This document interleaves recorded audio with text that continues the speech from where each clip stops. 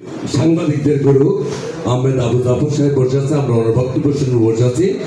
আমার প্রত্যাশা এবং বিশ্বাস আজকে যারা এখানে এই কমিটিতে যারা আছে, যে আপনারা যারা নেতৃত্ব পর্যায়ে আছে, কুমিল্লার সকল সাংবাদিকদের কল্যাণে কাজ করবেন।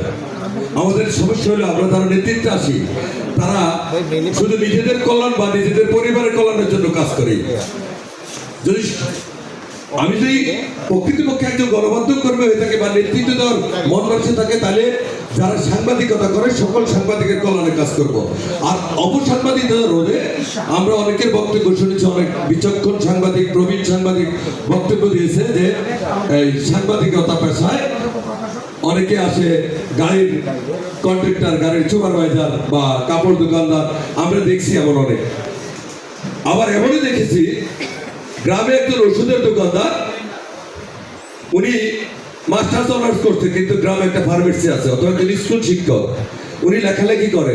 আমরা যারা লিখি তার সাথে অনেক ভালো লেখে, কিন্তু যারা শুধুমাত্র সাংবাদিকতা পেশাটাকে ব্যবহার করে নিজের আখের গোছানোর জন্য বা চাঁদাবাজি ধান্দাবাজি করার জন্য আসে, আমার এই কমিটির মাধ্যমে অন্তত সমাজ থেকে এই জিনিসটা যেন না হয়, এটা আপনারা প্রতিরোধ করবেন। আমি অনেক বক্তব্য দিব না, আবার বলি বক্তব্য দেওয়ার অনেক কাছে, আমি আপনাদের কাছে আবারও বলবো, আমরা যেন কুমিল্লাবাসীকে কিছু দিতে পারি। কুমিল্লাবাসী না, সারা বাংলাদেশের মানুষ প্রত্যাশা থাকে গণমাধ্যম কর্মীদের কাছে দেশের ভালো মন্দ সকল কিছু তুলে ধরবে।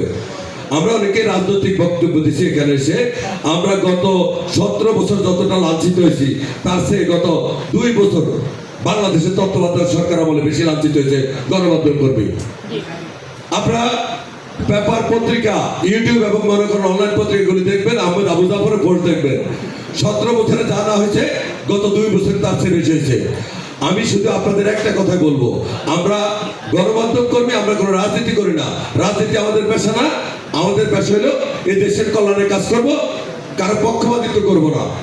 তবে গণমাধ্যম কর্মীদের জন্য ঐক্যবদ্ধ হইয়া যেখানেই আমাদের উপর অন্যায় অত্যাচার সেখানে ঝাঁপিয়ে পড়বো। ধন্যবাদ, সবাই ভালো থাকবেন। আসসালামু আলাইকুম।